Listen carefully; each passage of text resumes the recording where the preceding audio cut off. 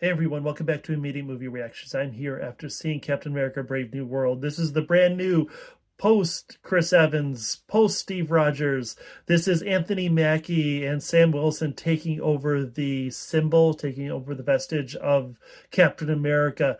And I wish this movie had given him a chance to be the new Captain America and be cool. I think we saw the beginnings of that in Falcon and the Winter Soldier, which I actually quite enjoyed. I think that the first 20 minutes of this movie do a really good job. It opens up with some good action. The way he uses the wings and the suits, I actually like to see him get his ass kicked by just some guy. But I think from there, unfortunately, it's kind of falls apart. It felt like maybe they weren't especially confident in Mackie being able to carry this movie. I think he does. I think he's absolutely fantastic. I like seeing the different voice. I like seeing a different version of Captain America. I like seeing a Captain America that is willing to break arms and stab people after they've been stabbed. I think that the music, everything about the new Captain America, I thought was absolutely fantastic. The problem, as I said, is that there's just too much going on in this movie, and so he's not able to shine. He's not able to really carry the movie. He is just kind of an ancillary part. He's also there.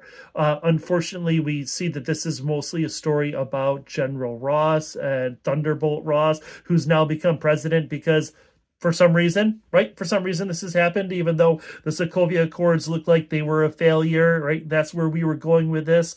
But they bring back too much. This is a movie that is also about Joaquin Torres and becoming the new Falcon. This is a story about Isaiah. Oh my gosh, I think it's Isaiah Smith. I forget his name, but the black Captain America, the old one who we saw in Falcon and the Winter Soldier. And I think, unfortunately, you kind of need to know all those other movies. It felt like they were trying to tie up too many loose ends, and they weren't confident in the new Captain America themselves. So then why are we as an audience going to buy into it? They don't give him a real chance to show why he deserves to be that symbol, why he's going to lead the next Avengers, right? Because that's what they're trying to do.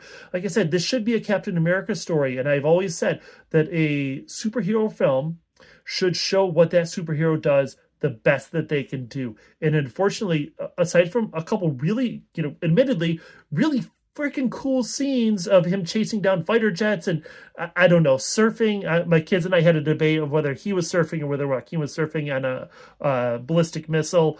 Yeah, that happens.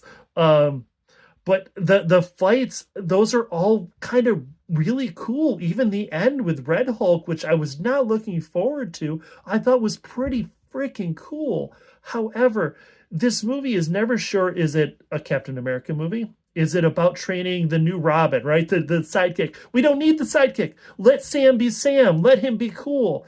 We don't need to bring Isaiah back. We don't need to have the Serpent Society and Giancarlo Esposito. What the hell was he doing in this movie? He is not an action star. I'm sorry, I didn't buy it. It was silly. It took up too much time.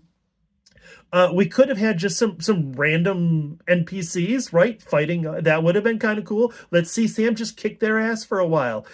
We don't need this to be a story about Ross and his, trying to get Betty back. And this isn't a story about the leader, right? Like, why is the leader back into this? And Celestial Island and introducing adamantium and all of this stuff that happens throughout the course of the movie that didn't really need to be there, because it really just needed to be about a set of bad guys, move on from the Flag Smashers because they were freaking stupid, and let Sam Wilson go do Captain America stuff, kick some ass, fly in, drop bombs, Red Wing, break in. Like, I'm cool if they want to do some espionage, if they want to do all kind of a spy stuff, but this movie also felt like they thought their audience was going to be a bunch of morons, right? And unfortunately, that's what we're seeing with too much of the MCU in these phases. I'm a firm believer that the MCU is not necessarily worse than it ever was. I think when we look back to phase 1 and phase 2, there were some really, really shitty movies. Iron Man 2, Dark World, Iron Man 3, right? Like, there were some really bad movies. I think the outliers are Infinity Game and End War, which I'm sorry, Infinity War and Endgame, which I think, unfortunately, recency bias, we think that's what all the Marvel movies should be, but realistically, it's just not going to be. We've got 7,000 movies in this, and cartoons and Disney Plus shows and all that. Not all of them are going to be good. So where does this fit in that echelon of top movies or not? I think, unfortunately, it gets too confused. I think the first 20 minutes of the movie, I was really loving it. I was really enjoying it. It was fun. Actually, I thought Joaquin was fine.